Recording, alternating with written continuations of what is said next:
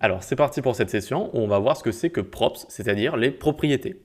Donc tout d'abord on peut enlever ce qui est en commentaire ici, hop, et vous m'avez peut-être vu mettre pour les imports des points-virgules ici, ce n'est pas obligatoire, seulement c'est juste une très vieille habitude qui est restée ancrée en moi, mais voilà, pas obligé de mettre des points-virgules après les imports.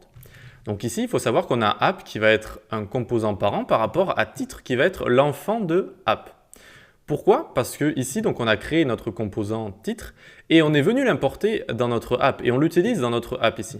Donc app va utiliser le composant titre qui va être son enfant. Il faut comprendre cette hiérarchie, d'accord?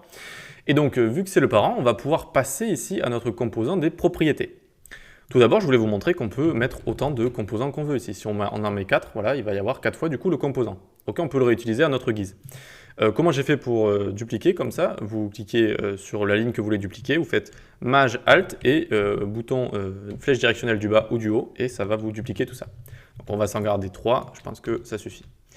Donc très bien, on a nos composants ici qui sont les enfants de notre composant app. Eh bien, passons-leur des propriétés. Pour leur passer des propriétés, par exemple, on fait nom ici Hugo. Ensuite, on peut aussi passer ici nom Jules, tac, et en dessous, on va passer nom est égal, je sais pas, Eva par exemple. Ok? Donc maintenant, ces composants, ils ont des propriétés, Hugo, Jules et Eva. Pourtant, rien n'est affiché ici.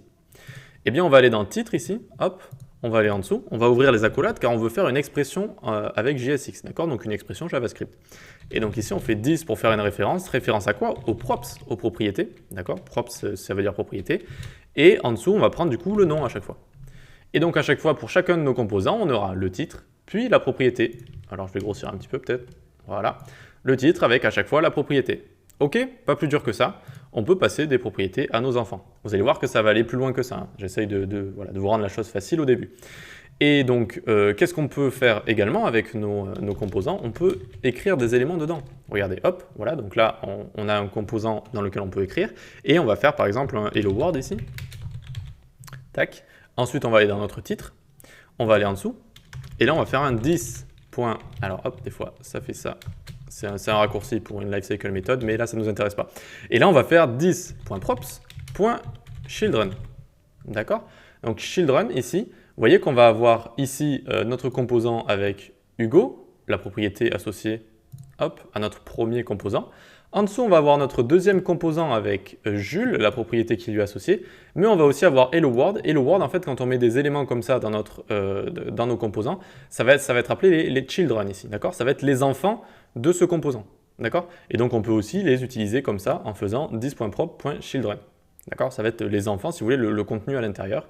Et voilà, et donc c'est pour ça que le premier et le troisième n'a pas ces enfants-là, pourtant, on les a écrits aussi.